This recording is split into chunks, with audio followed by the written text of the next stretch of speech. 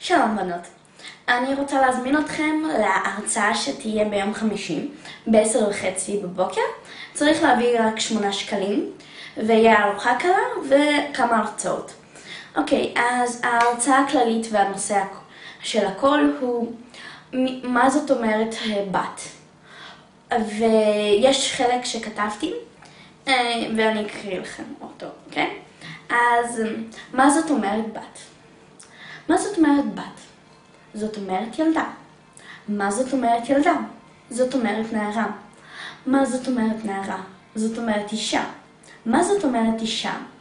זאת אומרת שהיא יותר טובה מגברים. מה זאת אומרת אישה? זאת אומרת מישהי שבלעדיה העולם לא היה קיים. מה זאת אומרת אישה? זאת אומרת מישהי חזקה. זאת אומרת מישהי מאיתנו. זאת אומרת שאנחנו כולנו איתה. אז אתם מוזמנות.